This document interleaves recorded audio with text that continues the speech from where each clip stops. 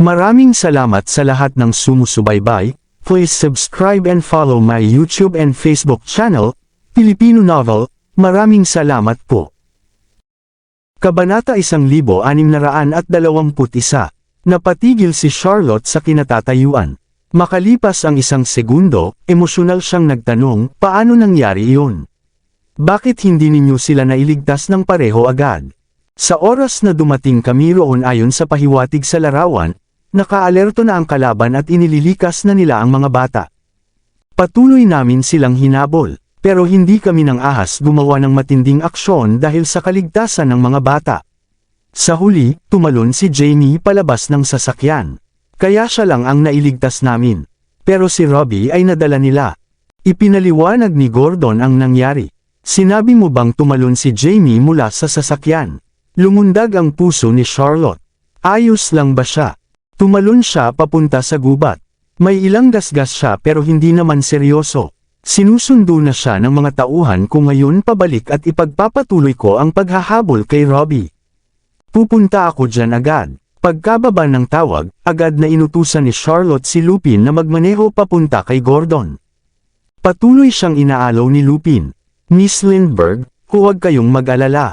Mabuti na ring isa sa kanila ang nailigtas. Dahil sinusundan pa rin ni Gordon ang bakas nila. Naniniwala akong maililigtas din si Robbie sa lalong madaling panahon. Oo, pinilit ni Charlotte na pakalmihan ang sarili. Balak ko talagang pumunta sa Yaleview para hanapin sila. Hindi ko inaasahang agad matutunto ni Gordon ang pinagtatagwan nila nang makuha niya ang pahiwatig. Ibig sabihin may silbi pala ang mga pahiwatig, sabi ni Lupin. Ibig sabihin malapit na sila noon pa. Mas pinabilis lang ng pahiwatig sa larawan ang paghahanap nila. Mahigpit na nagkunot ang noo ni Charlotte. Pero hindi madaling kalaban si Jessie. Malamang nalaman niya kung ano ang sinabi ni Chris sa akin matapos niya akong makita sa hotel. Kaya siguradong inutusan niya ang mga tauhan niyang ilipat sina Robbie at Jamie. Ganoon pala, ngayon ko lang naintindihan, sabi ni Lupin. Pero paano niya nalaman na makikipagkita si Chris sa inyo sa hotel? Akala ni Chris hindi siya mapapansin, pero lumalabas na kontrolado ni Jessie ang lahat, patuloy na pagsusuri ni Charlotte. Nagawa pa rin niyang magbigay sa akin ng kaunting impormasyon, pero natatakot akong hindi na iyon mauulit. Siguradong babantayan na siya ni Jessie mula ngayon. Ipipilit din ni Jessie na pakasalan niya si Nancy sa lalong madaling panahon. Kung ganoon wala na siyang halaga sa atin. Mapang-uyam ang mukha ni Lupin. Kahit kamukha niya si Mr. Nock, napakababa ng utak at kaluluwa niya. Nilapitan ni Danrick si Jessie ngayong gabi. Siguradong nagtaas na ng alerto si Jessie. Kikilos siya ng mabilis para maiwasan ang problema. Habang lalo pang sinusuri ni Charlotte ang sitwasyon, lalo siyang kinakabahan.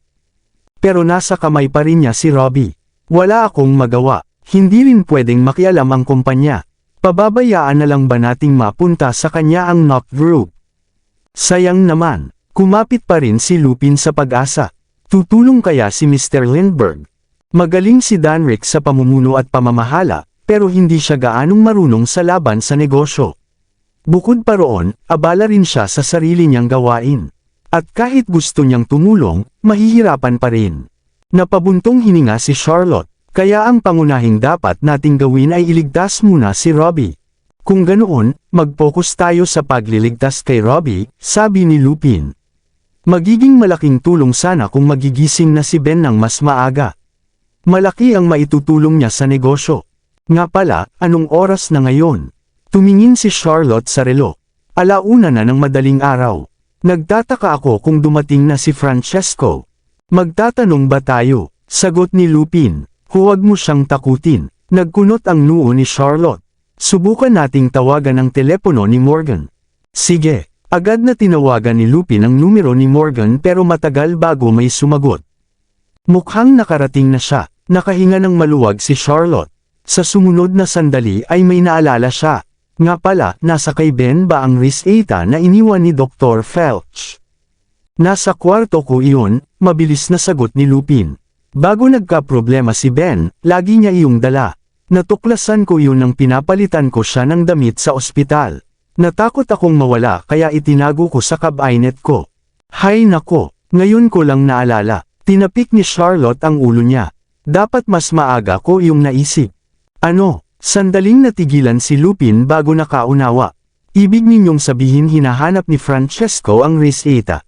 Mahigit 20 araw na niyang ginagamot si Zachary pero hindi pa niya ito ibinabalik. Sa tingin ko may komplikasyon sa paggamot. Posibleng ang reseta ni Dr. Felch ang susi. Kaya marahil hinahanap niya iyon, hula ni Charlotte. Kung ganoon ibabalik ko ang reseta kay Ben ngayong gabi, sabi ni Lupin. Sinabi ninyong darating siya sa mga susunod na araw di ba? Oo, tumango si Charlotte. Hindi pa gumagaling si Alpha. Sigurado akong darating si Francesco. Ayos, may pagkakataon pa tayo. Napanatag si Lupin. Natanggap ko na ang lokasyon ni Gordon. Ipinapadala na ng mga tauhan niya si Jamie pabalik sa Northridge. Nasa loob pa rin sila ng Yaleview. Kung ganoon pakibilasan ang pagmamaneho. Sige, habang papalapit ang bukang liwayway, nakipagkita si Charlotte sa tauhan ni Gordon sa hangganan ng Yaleview at H-City. Nakatulog si Jamie dahil sa matinding gulat at mga sugat. Napakasakit sa puso ni Charlotte nang makita ang mga sugat ni Jamie. Mahigpit niya itong niyakap habang tumutulo ang luha sa kanyang mga pisngi. Miss Lindbergh, nasuri na namin ang katawan niya. Nagkaroon siya ng sipon at mataas ang lagnat. May ilang maliliit na sugat din siya. Bukod doon ay maayos naman ang lahat, pero kailangan pa rin natin siyang dalhin agad sa ospital, ulat ng bodyguard. Sabihin mo kay Helen na maghanda. Uuwi na tayo ngayon, utos ni Charlotte kay Lupin. Sige, pagkatapos tumawag kay Helen, lumingon si Lupin kay Charlotte. Miss Lindbergh, sinabi ni Dr. Wright na hindi siya eksperto sa paggamot sa mga bata. Dapat nating tawagan si Dr. Langon. Natatakot akong baka hindi available si Reyna sa ganitong oras. Nag-alangan si Charlotte pero sa huli ay tinawagan niya si Reyna. Agad na nasagot ang tawag. Miss Lindbergh, Reyna, kakaligtas lang namin kay Jamie. May lagnat siya. Maaari ka bang pumunta at tingnan siya? Maaari ba sa iyo? Kinagat ni Charlotte ang labi habang nagtatanong. Nabalik na si Jamie. Napakaganda niyan. Labis na natuwa si Reyna. Ilang araw na akong nag-aalala tungkol dito. Sa kasamaang palad wala akong masyadong nagawa dahil binabantayan ako. Pero wala namang problema kung gagamutin ko siya. Nasaan na kayo ngayon? Pauwi na sa Northridge. Darating ako dyan sa loob ng 1 oras. Pakilarawan na lang sa akin ang mga sintomas niya. Sige. Nang dalhin ni Charlotte si Jamie pabalik sa Northridge, matagal nang naghihintay si Reyna roon. Nang makita ang sasakyan nila, agad siyang tumakbo palabas ng lugar habang hawak ang medical kit. Miss Lindbergh, Dr. Langon, binuksan ni Lupin ang sasakyan at pinapasok si Reyna. Agad na binuksan ni Reyna ang medical kit at sinuri si Jamie. Hindi ito malala, lagnat lang at ilang maliliit na sugat. Gagawa tayo ng iba pang pagsusuri pagdating sa bahay.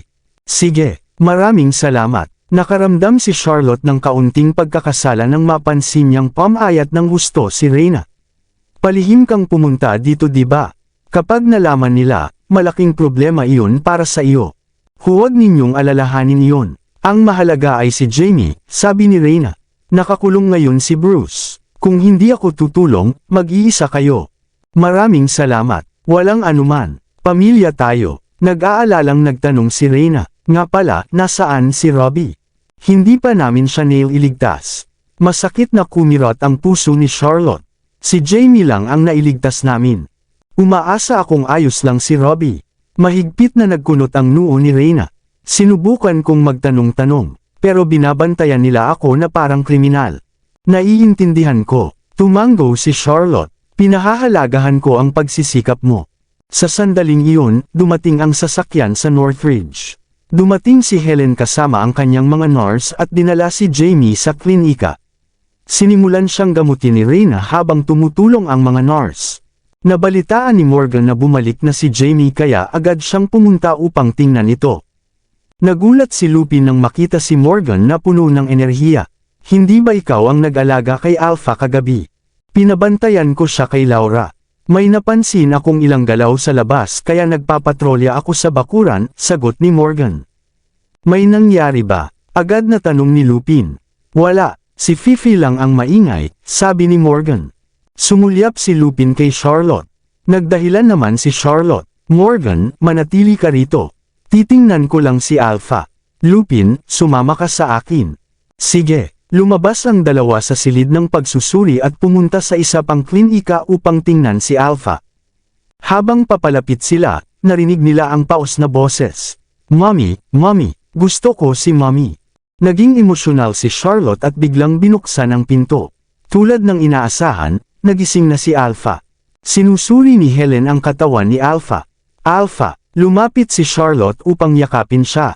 Auntie Charlotte, mukha pa ring mahina si Alpha pero mas mabuti na kaysa dati. Auntie Charlotte, masakit ang ulo ko. Gagaling ka rin agad, Alpha. Hinalikan ni Charlotte ang noo ni Alpha. Ngayong gising ka na, makakapaglaro ka na ulit kasama sina Beta, Gamma, at Ellie pagkalipas ng ilang araw. Talaga, nang marinig iyon, napangiti ng totoo si Alpha. Ang saya naman. Alpha, sina Ellie, Beta, at Gamma na nakarinig ng balita ay tumakbo papasok ng masaya. Wow, nagising na si Alpha. Ang saya naman. Pinalibutan nila si Alpha at walang tigil na nagkwentuhan. Alpha, gising ka na sa wakas. Marami akong itinabing candy para sa iyo. Alpha, pumitas ako ng ubas kahapon. Gagawan kita ng grape juice mamaya. Alpha, gumawa ako ng maliit na pitaka para sa iyo. Salamat Ellie. Salamat Gamma at Beta. Nagliwanag ang mga mata ni Alpha habang napupuno ng luha dahil sa init ng kanilang pag-aalaga. Napakabait ninyo sa akin. Maglalaro tayo kapag gumaling na ako. Tama iyon. Masayang pinalibutan ng mga bata si Alpha. Lumakad si Charlotte sa isang sulok at minasdan ang paligid. Mukhang normal ang lahat sa silid. Gayunman, pakiramdam niya ay dumating si Francesco kagabi. Kung hindi magigising si Alpha ng ganito kabilis. Lumabas si Helen at nagsalita sa Austronation. Miss Lindbergh, nakatulog na naman kagabi ang dalawang nurse. Napaka-irresponsible niyan. Sa tingin ko hindi ninyo na sila dapat patuloy na kunin. Pakiisaalang-alang ang mungkahi ko. Naiintindihan ko, salamat. Hindi man lang nagalit si Charlotte. Sa halip ay nakaramdam siya ng kaunting tuwan nang malamang dumating si Francesco kagabi. Miss Lindbergh, gusto kong puntahan si Ben. Hindi na makapaghintay si Lupin. Sasama ako sa iyo. Pinapaalalahanan ni Charlotte ang mga nurse na alagaan ang mga bata. Pagkatapos ay pumunta siya sa lugar ni Ben kasama si Lupin. Sumunod si Helen sa kanila at ipinaliwanag ang sitwasyon. Sinuri ko siya ngayong umaga at mas mabuti na kaysa kahapon. Batay sa kasalukuyang pagbuti, malapit na siyang magkamalay. Talaga, ang saya naman. Labis na natuwa si Lupin. Miss Lindbergh, dahil may eksperto na kayo rito, hindi ko na kailangang manatili di ba? Biglang sabi ni Helen. Sandaling natigilan si Charlotte. Sinenyasan niya si Lupin na isara ang pinto. Isinara ni Lupin ang pinto at nagbantay doon. Dr. Wright, bakit ninyo nasabi yun? Saka lamang nagsalita si Charlotte kay Helen. Kahit na may tiwala ako sa kakayahan ko, alam ko rin ang aking antas. Nagpakita si Helen ng mapait na ngiti. Matagal nang may sakit si Ben at sumailalim pa sa operasyon. Pero walang naging pagbuti. Bakit bigla siyang gumaling nitong mga nakaraang araw? At si Alpha naman, wala na akong magawa dahil kulang ang medical equipment. Pero gumaling din siya matapos ang 2 gabi. Hindi maaaring nagkataon lang na sabay silang gumaling. Siguradong may henyo na doktor na tumulong. Ito. Ayaw sanang ipaalam ni Charlotte kay Helen ang tungkol kay Francesco pero alam niyang mapapansin ng kahit sino na may kakaiba. Matapos mag-atubili sandali, nagsalita siya. Sa totoo lang hindi iyon ang mahalaga. Inanyayahan ka ni Danrick dito upang gamutin si Alpha. Ngayong gumaling na si Alpha, natapos mo na ang misyon mo. Paano ninyo nalaman na si Danrick ang nag-imbita sa akin? Nagulat si Helen dahil hindi niya kailanman ibinunyag iyon. Sino pa ba ang makakapag-imbite sa iyo kung hindi siya? Ngumiti si Charlotte. Tutal nagbigay na ng ultimatum ang 2 pamilya. Walang sino mang nang ahas makialam. Hindi ka rin mangangahas pumunta rito kung wala ang proteksyon ni Danrick. Tama ka. Tahimik na napabuntong hininga si Helen. Bukod sa malaking bayad sa medisina, mapanganib talaga ito. Pero dahil nasa likod ko si Mr. Lindbergh, hindi ko kailangang matakot sa mga taong iyon. Tama iyon. Nakahinga ng maluwag si Charlotte. Dahil si Danrick ang nagpadala sa iyo, kailangan mong gawin ang trabaho mo. Ako na ang magpapaliwanag sa kanya tungkol sa ibang bagay. Si Francesco ba iyon? Biglang tanong ni Helen. Napatigil si Charlotte. Hindi niya inaasahang alam iyon ni Helen. Mukhang siya nga. Labis na natuwa si Helen. Magiging prangka ako sa inyo. Hindi mahalaga sa akin ang pera. Ang dahilan kung bakit ko tinanggap ang kasong ito ay hindi lang dahil kay Mr. Lindbergh. Ang pinakamahalaga ay gusto kong makilala ang maalamat na Dr. Francesco. Huwag kayong mag-alala. Hindi ko sasabihin kanino man, kahit kay Mr. Lindbergh, masiglang sabi ni Helen. Kung pauuwiin niya ako sa M-Nation ng mas maaga, mawawala ang pagkakataon kung makilala si Dr. Francesco. Mabuti kung ganoon. Sa wakas ay nakapagpahinga si Charlotte.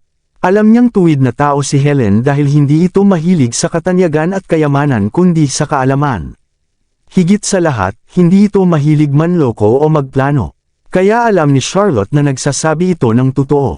Kung ganoon, bago pa makapagsalita si Helen ay tumunog ang kanyang telepono. Namutla siya sa takot matapos sagutin ang tawag. Ano, pupunta ako agad dyan. Pagkababa ng tawag, sinabi ni Helen kay Charlotte. Miss Lindbergh, kailangan kong umalis sandali. Bakit? Tanong ni Charlotte. Ang mabuting kaibigan kong si Miss Gold ay nagkaproblema. Kailangan kong pumunta roon agad. Nagpapanik si Helen. Huwag kayong mag-alala. Alam ko ang relasyon ninyo sa pamilya Gold. Nangangako akong wala akong ibubunyag. Hindi nila alam na tinutulungan mo kami, di ba? Tanong ni Charlotte na may pag-aalala. Hindi. Umiling si Helen. Siyempre hindi. Mapapahamak din ako kung lalabas ito. Huwag kayong mag-alala. Alam ko ang gagawin ko. Kung ganoon pumunta ka na ngayon. Nagkunot ang noo ni Charlotte. Kailangan ka ni Miss Gold ngayon. Sige. Tumango si Helen at pumunta upang ihanda ang kanyang mga gamit. Inutusan ni Charlotte ang kanyang mga tauhan na ihatid si Helen pababa ng bundok. Binigyan pa niya ito ng sasakyang may malinis na plaka. Nag-alala si Lupin. May isisiwalat kaya si Dr. Wright? Hindi. Siya ay isang matalinong tao. Kumpiyansa ang tono ni Charlotte. Kabanata 1625. Nagtataka ako kung ano ang nangyari kay Nancy. Naging mausisa si Lupin. Hindi ba kasama siya ni Chris? May natuklasan ba siya at nagsisi pagkatapos noon? Sandaling nanahimik si Charlotte at pagkatapos ay napabuntong hininga. Siguro desperado na siya dahil ibinente siya ng sariling ama.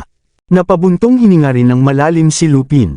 Sige, samahan mo si Ben. At huwag mong kalimutan ang reseta. Paalala ni Charlotte sa mahinang boses. Titingnan ko si Jamie. Sige, bumalik si Charlotte sa kanyang silid at naligo. Pagkatapos magpalit ng damit, bumaba siya sa unang palapag upang tingnan si Jamie. Nakadextro si Jamie at ginagamot ni Reyna ang kanyang mga sugat. Yakap ni Ellie ang puti niyang stuffed alpaca habang nakatayo sa isang sulok at nakatitig kay Jamie. Puno ng luha ang kanyang mga mata. Tinakpan niya ang kanyang bibig gamit ang kamay, at nag-aalala na baka magising si Jamie sa tunog ng kanyang pag-iyak. Ellie, mahigpit na niyakap ni Charlotte si Ellie at inilo siya. Huwag kang matakot, magiging maayos si Jamie. Mommy. Tumalon si Ellie sa yakap ni Charlotte. Hindi mapigilan ang pag-agos ng kanyang mga luha. Paano naman si Robbie? Babalik pa ba siya? Siyempre, ibabalik siya ni Uncle Gordon sa lalong madaling panahon. Pinunasan ni Charlotte ang luha sa mukha ni Ellie. Magkakasama ulit ang pamilya natin sa lalong madaling panahon. Sige, tumango si Ellie kahit patuloy pa rin ang kanyang pag-iyak. Pinadala ni Charlotte si Jade upang ilabas si Ellie. Pagkatapos ay lumapit siya sa kama at mahina niyang tinanong si Reyna. Kumusta na siya? Hindi seryoso ang mga sugat niya, pero ang matinding lamig ay nagdulot ng pulmonya. Nagkunot ang noo ni Reyna. Mabuti na lang at nagsasanay siya ng martial arts at malakas ang katawan. Kung hindi mas magiging malala pa ito. Sandaling tumigil si Reyna at nagpalit ng paksa. Sapat naman ang medical equipment dito. Magdadala ako ng ilang gamot mamaya. Ngunit nawala ng kapanatagan si Charlotte matapos marinig iyon. Si Jamie ang may pinakamalakas na katawan sa tatlong bata dahil marunong siyang mag-martial arts. Pero si Robbie, Pareho silang tinrato matapos silang makidnap. Kung ganito na kalala ang sakit ni Jamie ngayon, siguradong mas malala ang kalagayan ni Robbie. Miss Lindbergh, pakikalma po kayo. Napansin ni Reyna ang pag-aalala ni Charlotte. May natanggap akong tawag mula kay Bruce. Nakalabas siya kasama ang ilang tao at wala na siya sa kontrol ng mga iyon. Papunta siya ngayon kay Gordon at tutulungan siyang hanapin si Robbie. Napakaganda niyan. Agad na sumabat si Morgan.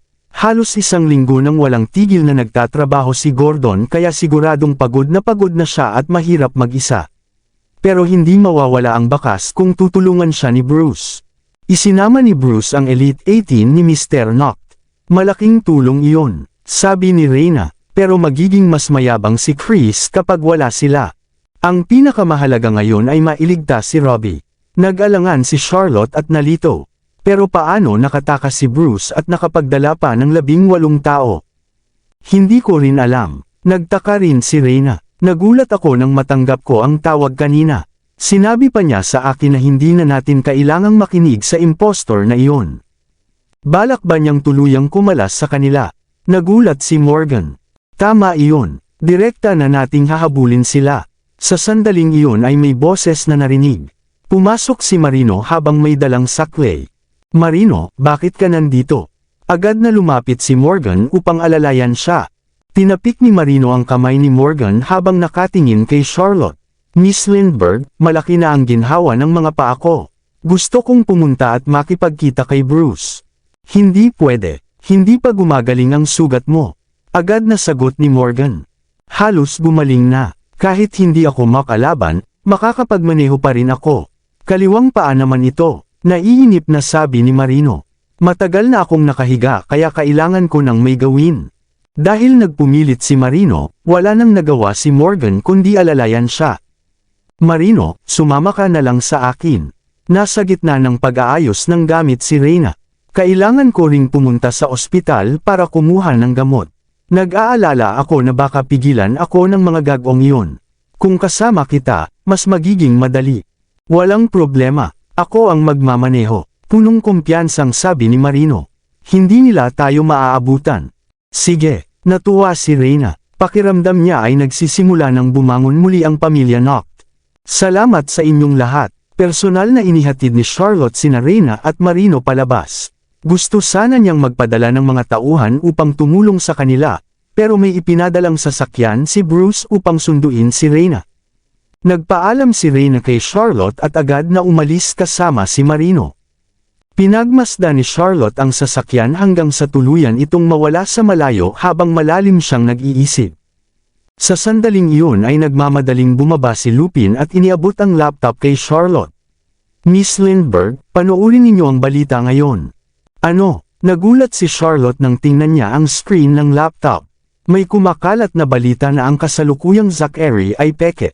May kalakip pa itong mga larawan at iba pang dokumento tungkol sa plastic surgery ni Chris sa Coandria. Ang ospital ng plastic surgery ay pag-aari ng pamilya Gold. Nakasaad din na sina Chris at Jesse ay gustong agawin ang mga ari-arian ng Noct Group. Mukhang matibay ang impormasyon at sapat ang ebidensya. Mabilis itong kumalat at umabot sa bawat sulok ng bansa. Kahit na karamihan sa nagpakalat ay mga influencer at karaniwang netizens lamang, nagdulot ito ng napakalaking kaguluhan.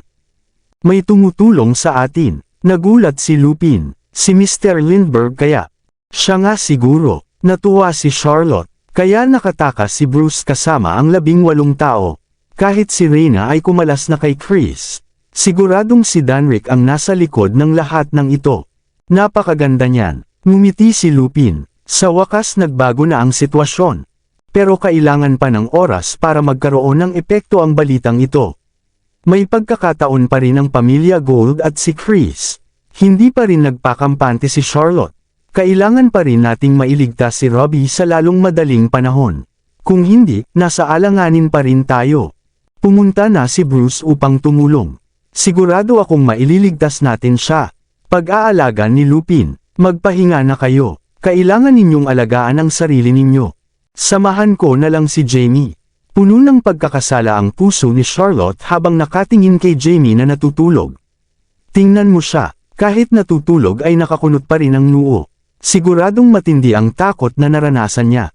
Parang nagsasalita siya habang natutulog. Napansin ni Lupin na gumagalaw ang labi ni Jamie. Agad na lumapit si Charlotte sa bibig ni Jamie. "Daddy, Daddy." Samantala, pakiramdam ni Zachary ay narinig niya ang boses ni Jamie na tumatawag sa kanya mula sa gitna ng kagubatan. Nagising siya sa gulat. Pawis ang kanyang noo at puno ng takot ang kanyang mga mata. Napanaginipan niya na desperadong tumatakbo sina Robbie at Jamie. May mga masasamang taong humahabol sa kanila at napapalibutan sila ng mga gutom na mababangas na hayop. Sa gitna ng takot ay nahulog si Jamie sa bangin. Nanaginip ka ba ng masama? Nakasandal si Francesca sa upo ang kawayan habang kumakain ng inihaw na baboy at nagpapahinga. Napakasarap ng karne kaya dinilaan pa niya ang kanyang mga daliri. Hindi siya sinagot ni Zachary. Pilit niyang itinaas ang ulo at tumingin sa computer sa harap niya. "Pakitulungan mo pa ako sa computer. Magpahinga muna tayo." Mukhang naiinis si Francesca. "Ilang oras na kitang tinutulungan. Halos hindi na ako makahinga. Kritikal ang sitwasyon ngayon. Maaagaw ang mga ari-arian ng pamilya Noct at hindi pa nailigtas ang anak ko. Wala tayong oras para magpahinga." Nag-aalalang sabi ni Zachary. "Bilasan mo na. Hoy, tigilan mo nga ang pag-uuto sa akin." Labis na nainis si Francesca. "Gawin mo mag-isa kung kaya mo." "Ikaw." Halos mapuno na sa galit si Zachary. Hindi sana siya makikiusap kung kaya lang niyang igalaw ang kamay niya. Wala nang nagawa si Zachary kundi lunukan ang galit at magpakumbaba. "Hindi ako makagalaw ngayon. Kailangan ko ang tulong mo. Maaari mo ba akong tulungan?" "Mabuti." Umangat ang mga labi ni Francesca sa isang kontentong ngiti. "Maghintay ka. Tutulungan kita pagkatapos kong ubusin ang baboy." Napatigil si Zachary sa pagsasalita. Ganito ba kahalaga ang pagkain sa kanya? Tinulungan siya nito sa ospital ng halos 1 oras. Pagkatapos ay sinabi nitong kakain muna siya. Nang magising siya mula sa kanyang idlip, kumakain pa rin ito. Balak ba nitong kumain hanggang paglubog ng araw? Walang magawa si Zachary kundi titigan ang computer. Nasa harap na niya yun pero hindi niya mahawakan. Pinilit niyang iangat ang kanyang mga kamay pero wala ring nangyari. Ang tanging bahagi ng katawan niya na gumagana ngayon ay ang utak niya. Pinagpapawisan siya sa sobrang pagsisikap pero wala pa rin siyang nagawa. Sige na nga, sige na nga. Tutulungan na kita." Sa wakas ay natapos din kumain si Francesca. Naghugas siya ng kamay at lumapit sa computer. "Bilasan mo. Pakibukas ang email ko at ilagay ang password." "Ano? Iyong sinabi ko kanina. Ilang oras na ang nakalipas. Akala mo ba naaalala ko pa yun?" "Ang password ay, dahan-dahan lang. Napakahaba ng password. Hindi ko matandaan." "Goldfish ka ba? Gaano ba kaikli ang memorya mo? Hindi kita tutulungan kung ganyan ka magsalita." "Sige, dahan-dahan akong magsasalita. Sabihin mo letra kada letra." "Sige, nga pala sisingilan ko ito ng hiwalay. Iba ito sa bayad sa pagpapagamot. Isusulat ko mamaya sa talaan ng bayarin. Kalahati ng mga ari-arian ko ang makukuha mo. Kailangan pa ba iyon?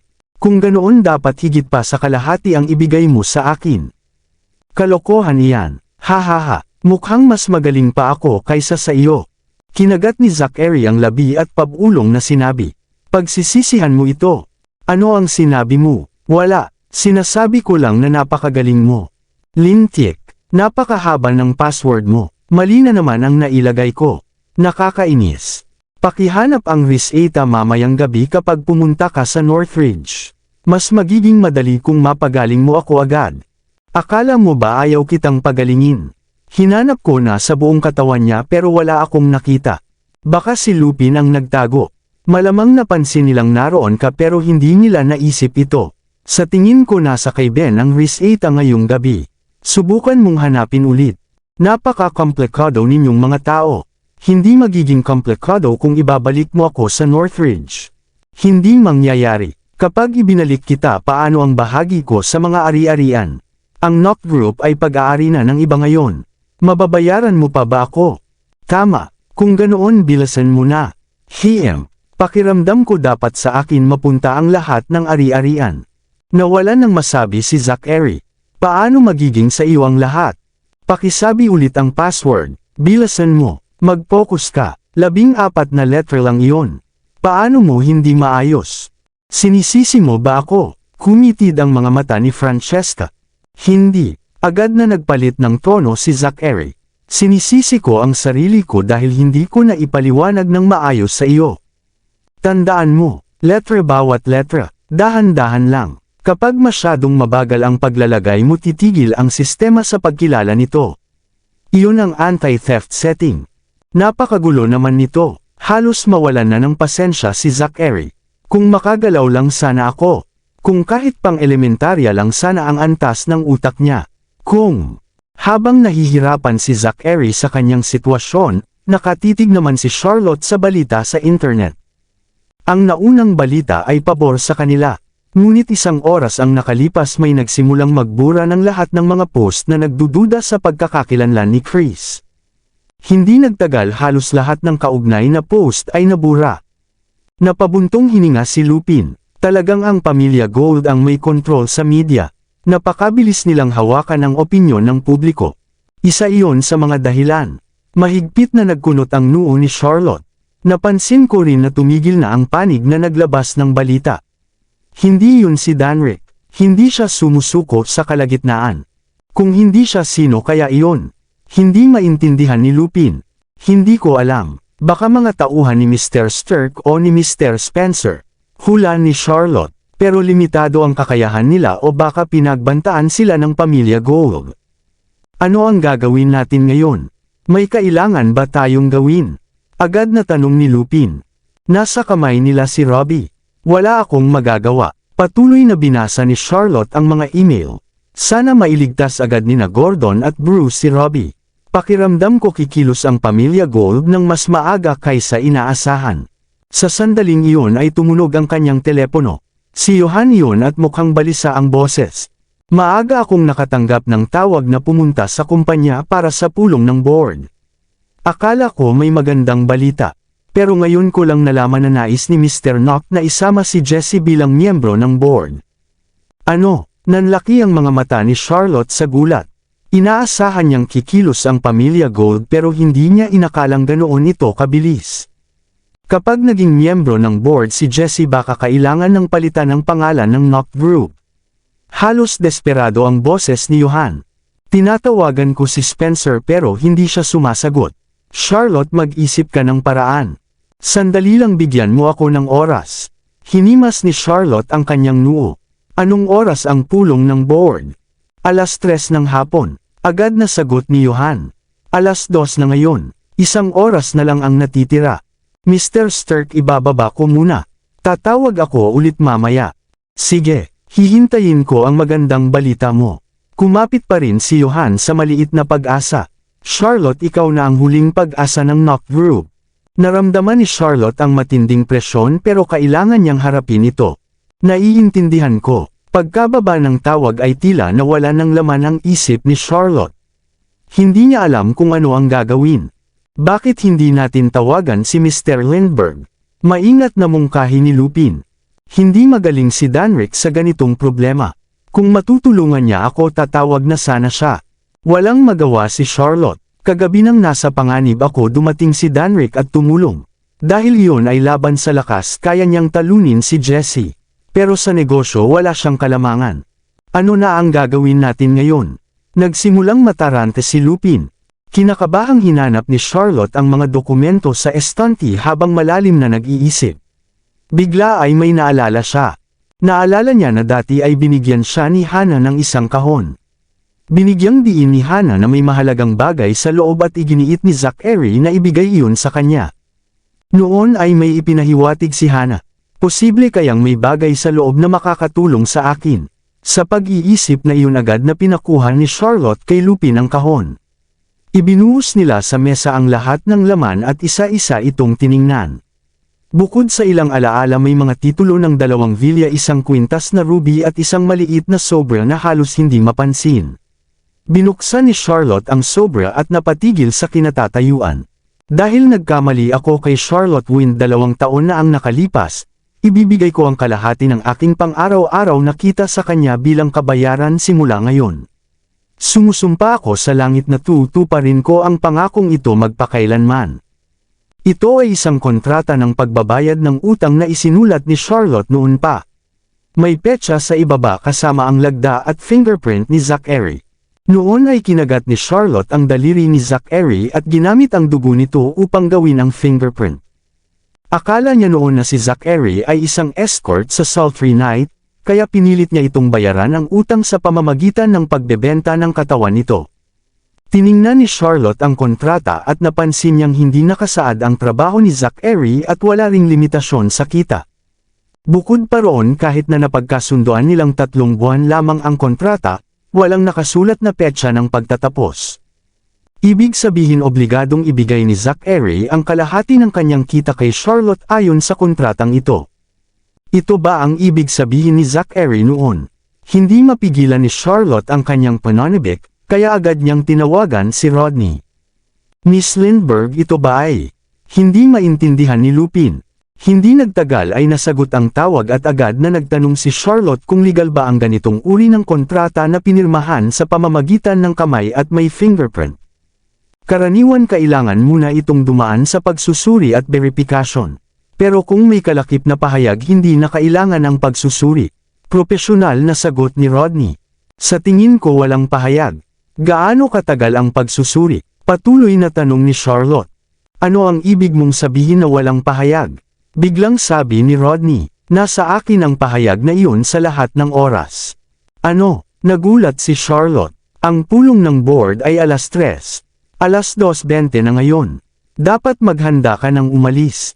Ngumiti si Rodney. Hihintayin kita sa kumpanya. Pagkarinig nito ay naunawaan ni Charlotte ang lahat.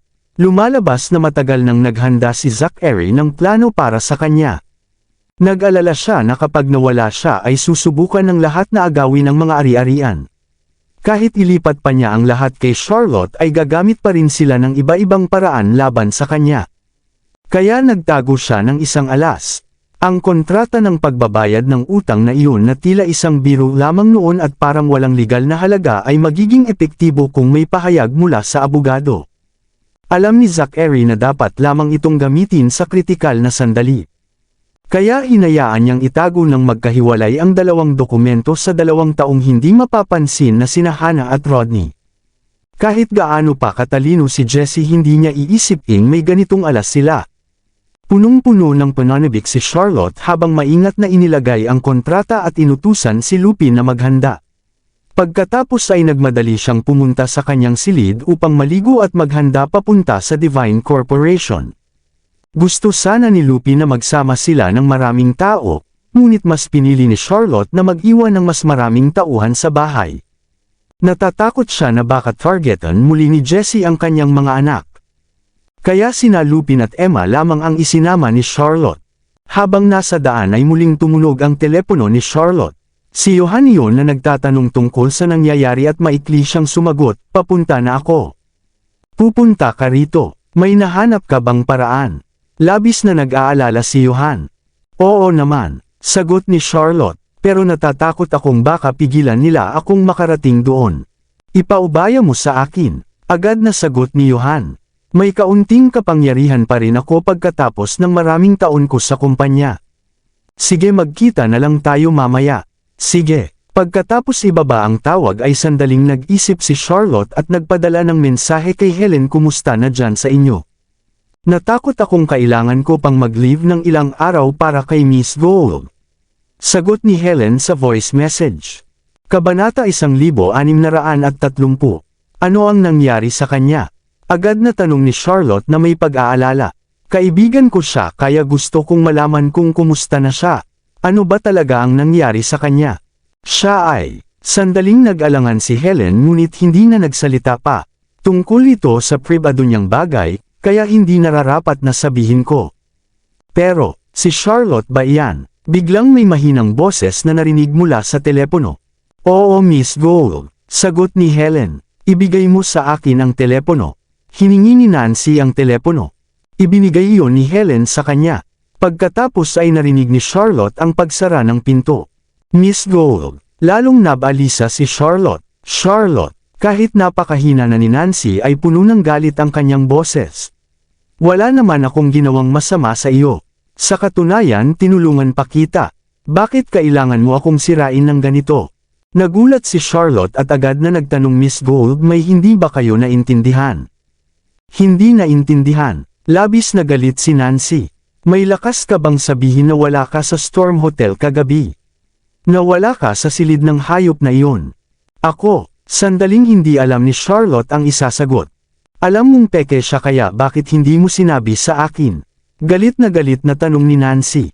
Bakit hindi mo siya pinigilan ng tangkain niya akong lapastanganan? Bakit hinayaan mo akong malinlang at mapahiya? Bakit? Pagkatapos noon ay bigla siyang umiyak. Nawalan siya ng kontrol sa sarili at paulit-ulit na sinasabi, bakit? Napuno ng awa at pagkakasala si Charlotte nang marinig ang pag-iyak ni Nancy. Nang bahagyang kumalma si Nancy ay nagpaliwanag si Charlotte. Miss Gold, nasa banyo ako noon. Nang marinig ko ang boses ninyo at ang boses niya, gusto kong lumabas upang pigilan siya. Pero nang lumabas ako may nagtakip sa ilong ko ng chloroform at nawalan ako ng malay. Pagkatapos noon, huwag ka nang magdahilan. Putol ni Nancy. Puno ng galit ang kanyang boses habang sumisigaw.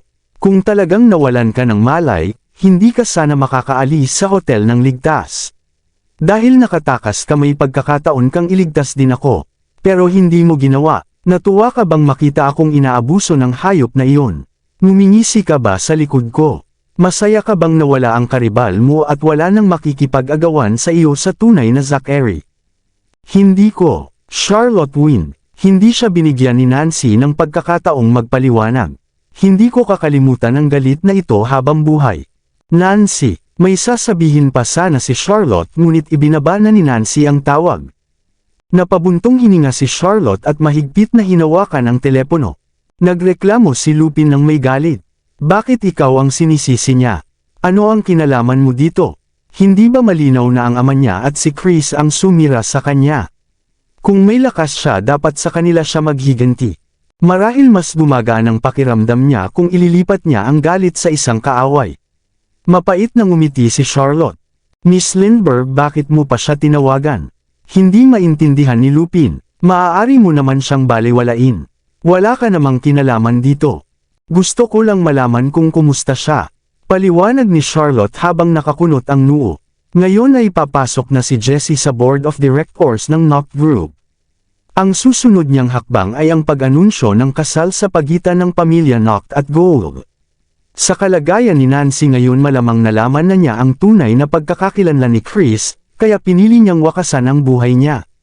Kahit nakaligtas siya malamang hindi na niya kayang isuko ang kanyang dignidad at pakasalan siya. Ibig sabihin ba nito ay mabibigo na ang plano ng pamilya Gold? Agad na tanong ni Lupin. Hindi rin sigurado. Umiling si Charlotte. Ang taong tulad ni Jessie ay gagamit ng anumang paraan upang makamit ang layunin. Maaaring pilitin niya si Nancy o ipakasal ang panganay niyang anak kay Chris. Sa anumang paraan hindi niya palalampasan ang mahalagang pagkakataong ito.